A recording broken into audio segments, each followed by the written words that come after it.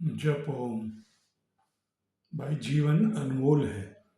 हम क्या करें क्या ना करें यही असमंजस चलती रहती है। और कभी कभी तो बहुतों को देखा हूँ किसी सीधे आदमी के साथ धोखा कर जाते हैं। तो उसके पैसे मार लिए या प्रॉपर्टी मार ली या टाइम पे पैसे नहीं दिए। इस टाइप की कुछ बातें हैं सीधे आदमी के साथ कोई कर जाते हैं। अगर सीधे आदमी के साथ इस टाइप का धोखा करोगे, उसके मन से कैसी दुआएं निकलती हैं, बद्दुआएं निकलती हैं। वो सारी की सारी दुआ बद्दुआ ईश्वर तक पहुंचती है, परम पिता परमेश्वर तक पहुंचती है। और वो ऐसा करता है ना कि करने वाले के हाथ में कटोरा दे देता है। मतलब सीधे तरीके से नहीं, टेढ़े तरीके से उसकी ऊपर वाले की लाठी बहुत अजीब होती है भाई। तो हम अपने तरीके से करो, कुछ भी करो, कर्म करो, कैसे भी करो, लेकिन किसी के साथ धोखा मत करो। धोखा बहुत बुरी चीज है। और हम जाते हैं जैसे भी, बहुत जब परेशान होते हैं, चलो चार धाम चलते हैं, चलो वहाँ चलते हैं वहाँ चलते हैं, अलग अलग जगह हमने बना रखी है, हमारी बनाई हुई, भगवान की बनाई हुई है वो। अपने किस लिए जाते हैं कि हमको कुछ प्राप्ति हो जाए। कुछ लोग जाते हैं मन की शांति के लिए, और ज़्यादातर लोग जाते हैं वहाँ से कुछ आशीर्वाद मिल जाए, कुछ प्राप्ति हो जाए।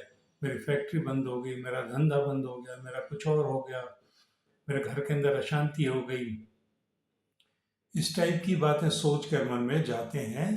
कहीं भी जाओ कोई बात नहीं है, वो जाने का अच्छी जगह है, धार्मिक जगह कहीं भी जाओ। लेकिन एक बार अपने मन के आगे, अपने मन से, अपने मन के धाम में कम से कम वो चीज़ तो करके देखो जो आप कहीं मांगने जा रहे हो, जो आप कुछ करने जा रहे हो। मन भी आपका एक मंदिर की तरह ही है। उसके अंदर उसको प्रत्यक्ष रूप से समर्पित करके अपने आप को, और मन से ही मांग के देखो। आप कुछ कभी कोशिश करो, अपने मन को नीट एंड क्लीन समझ के करके उससे मांग के देखो कुछ। देखो कितना, मेरे हिसाब से तो बहुत अच्छा फायदा मिलता है।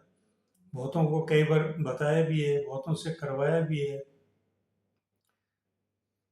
तो ये चीज़ें ऐसी हैं जो हमारे जीवित रहते हुए, हमारे जीवन काल में, हमारे संसार में बहुत कुछ मायने रखती हैं।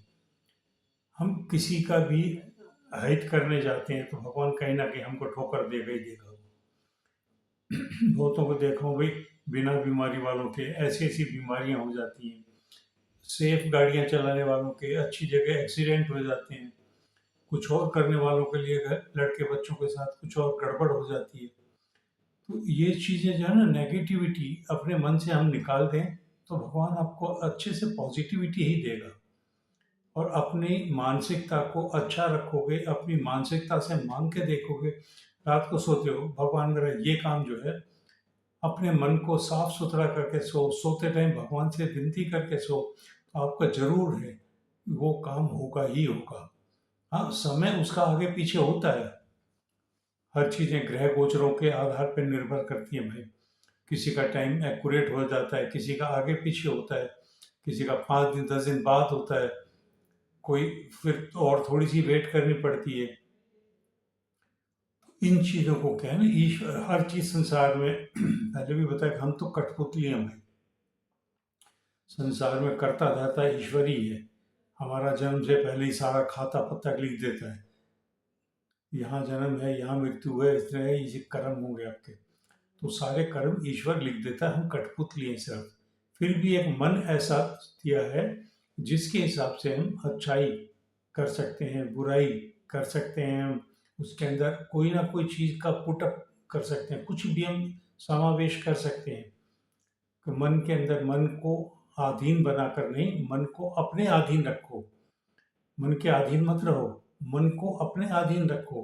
कभी कहीं मन किया यार ये चीज़ कर ले, नहीं यार नहीं करो, आप नहीं, कल करेंगे। तो मन को अपने अधीन रखोगे तो उसमें क्या होगे, कहीं ना कुछ आपको अच्छाई सामने नजर आएगी, प्राप्ति भी होगी, और बचोगे, गलत बात से बचोगे। मन हमेशा नेगेटिविटी की तरफ दौड़ता है। कहीं भी ले लो आप, कहीं भी कैसे भी कर लो, आप कोशिश करके देख लो, मन हमेशा नेगेटिविटी की तरफ दौड़ता है। और उसको पॉजिटिव करने के लिए हमको मन के अधीन नहीं रहना, मन को अपने अधीन बनाना है। तो मन जहाँ जैसे भी करे, तो वो चीज़ त्याग के मन को हम अपने अधीन बनाएंगे, मानसिकता अच्छी होगी हमारी, सोच विचार अच्छे होंगे, और मन के अंदर जो भी चीज़ें आप बैठा के रखोगे, वो सब की सब अच्छाई रख के क्लियर होके आपके सामने आएंगी। तो अपने मन के अधीन नहीं रहेंगे, मन को अधीन बनाएंगे। मन को अधीन बनाएंगे तो उसके अंदर आपको बहुत कुछ प्राप्ति होगी, करके देखना आप। और एक बात बताता हूँ कि आप अगर नया घर बनाए हो, फैक्ट्री ओनर हो, कहीं शिफ्टिंग कर रहे हो, तो इसमें ग्रह दशाओं में एक चीज होता है, एक दिन आता है, महीने में एक दिन आ जाता है, पुष्य नक्षत्र बोलते हैं उसको, पुष्य नक्षत्र। उसमें सारे शुभ काम होते हैं, शादी ब्याह नहीं होती, बाकी सारे शुभ काम अच्छे से होते हैं। तो पुष्य नक्षत्र की इंतजार करो, और आपको जो भी गृह प्रवेश करना है, फैक्ट्री में कुछ करना है, तो उस दिन का थोड़ा पूजा पाठ मुहूर्त भी कुछ करके, और वो सफल होता है। मैं बहुत बार ट्राई कर रहा हूँ, लोगों के साथ भी कर रहा हूँ। तो इन चीज़ों को, छोटी छोटी बातें हैं, मैं बता रहा हूँ भाई, आप करेंगे निहाल हो जाएंगे। और कई चीज़ें तो ऐसी होती हैं ना कि हम अपना टाइम वेस्ट करते हैं और कुछ नहीं करते, अपना समय बर्बाद करते हैं बहुत सी बातों में। हम चलो जी उस जगह जा रहे हैं आज, हम उस जगह जा रहे हैं आज, और माता पिता को हम नेग्लेक्ट करते हैं, अपना साथ में ले गए अपने परिवार को, बच्चों को, बीवी को, और जो जो है यार दोस्तों को। तो पेरेंट्स को नेग्लेक्ट करना भी बहुत बड़ा गुनाह है। ईश्वर के खाते में सारी की सारी नेगेटिविटी आपकी जमा होती है, और जमा होती है जो जो चीज़, वो आपको अगले जन्म में सब जगह किसी न किसी रूप में भोगनी पड़ती है। तो हमेशा बड़ों के साथ आदर सम्मान का भाव रखो। उनकी, बड़ों की, जगह माता पिता, उनकी ज़्यादा इच्छाएं नहीं होती कि मेरा परिवार सुख से रहे, इतनी ही इच्छाएं होती है उनकी।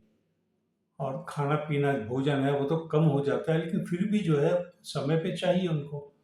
उनको समय पे भोजन करवा दो, उनके वस्त्र वगैरह दे दो, और कुछ प्रेम की बोली उनसे, जहाँ तक हो प्रेम की मीठी भाषा में बात करो। कड़वी बोली चुभ जाती है बड़ों को, कोई भी बड़ा होता है उसको कड़वी बोली चुभ जाती है। तो अपनी कोशिश करो प्रेम की भाषा में बात करने की, और बात ज़रूर करो। आप काम से आते हो तो अपने पापा के सामने या माँ के सामने कुछ बताओ, ये काम हुआ है मेरा, आज इस काम को करके आया हूँ मैं। उम्मीद रखते हैं, वो सिखाने वाले, बड़ा करने वाले वही हैं। आप क्या करते हैं मुझे नहीं पता, आप पैसा ही तो कमाते हैं, घर चलाने के लिए पैसा बहुत ज़रूरी होता है, आप वही कमाते हैं। और वो कमा के घर में थोड़ा सा, सब कईयों को देखा हूँ मैं, थोड़ा सा रौब झाड़ते हैं, गुस्सा करते हुए आते हैं घर में। गुस्सा भी एक बहुत बुरी चीज़ है। अब काम, क्रोध, लोभ, मोह, ये सारे के सारे जो पाप कर्म बनाए ना पांचों के साथ, भगवान ने कोई गलत नहीं बनाए, लेकिन इनके ऊपर हम कंट्रोल रखेंगे तो ये बहुत अच्छे हैं, बहुत फल देंगे। गुस्सा सिर्फ ऐसे नहीं आता, प्रेम से भी आता है गुस्सा। मतलब भाषा चेंज हो जाती है, तो प्रेम भी उसी मन से निकलता है, गुस्सा भी उसी मन से निकलता है, आदर भाव भी उसी मन से निकलता है, तिरस्कार भी उसी मन से निकलता है। तो हम अपने आप को कैसे करेंगे, हम अपने तिरस्कार करने वाली भाषा नहीं रखेंगे, आदर भाव वाली भाषा रखेंगे सबके सामने, और अच्छे से उनका, सब बड़ों का सम्मान करेंगे, बच्चों का भी सम्मान करेंगे। अब एक चीज़ मैंने एक केबीसी में अमिताभ बच्चन जी से सीखी थी, बच्चे आते हैं उनको भी आप कह के संबोधित करते हैं, वो बहुत अच्छी बात है। चलो बहुत भाई, धन्यवाद। जप ओम।